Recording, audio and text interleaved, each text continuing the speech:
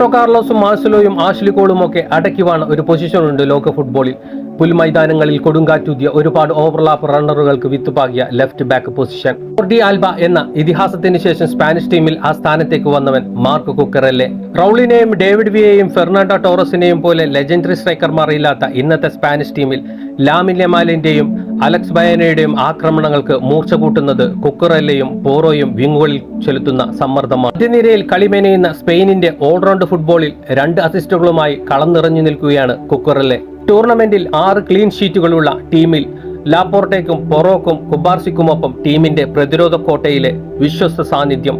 ഒപ്പം ഏത് നിമിഷവും എതിർ ബോക്സിൽ അപകടം വിതക്കാൻ പ്രാപ്തിയുള്ള ചാട്ടുളി. വെറുതെയല്ല ചെൽസിയിൽ നിന്ന് 600 കോടി രൂപക്ക് റയൽ മാഡ്രിഡ് അവനെ കുരുക്കിട്ട് പിടിച്ചത്. ഫ്രാൻസിനെതിരായ സെമിഫൈനലിൽ ഒലിസയെയും ഡെംബലെയും മാർക്ക് ചെയ്യാൻ ഒരൊറ്റ കുക്കറെല്ല മാത്രം നിയോഗിക്കപ്പെട്ടപ്പോൾ തന്നെ വ്യക്തമായിരുന്നു സ്പാനിഷ് കോച്ച് ലൂയി ഡെലാ ഫ്യൂന്റെക്ക് അയാളിലുള്ള വിശ്വാസം. ഒലിസയും ഡെംബലെയും നിരന്തരം പൊസിഷനുകൾ സ്വാപ്പ് ചെയ്തുകൊണ്ടിരുന്നിട്ടും കുക്കറെല്ല കൺഫ്യൂസ്ഡ് ആയി തോന്നിയില്ല. ആക്രമിക്കാൻ കിട്ടിയ അവസരവും വേണ്ടെന്ന് വെച്ചില്ല. ലോകകപ്പ് ഫൈനലിൽ കളിക്കാനിറങ്ങുമ്പോൾ എതിർ ടീം ഏതായാലും അവരുടെ റൈറ്റ് ബാക്കിലും റൈറ്റ് വിങ്ങർക്കും ഒരുപോലെ പേടി സ്വപ്നമായിരിക്കും കുക്കറെല്ലെ.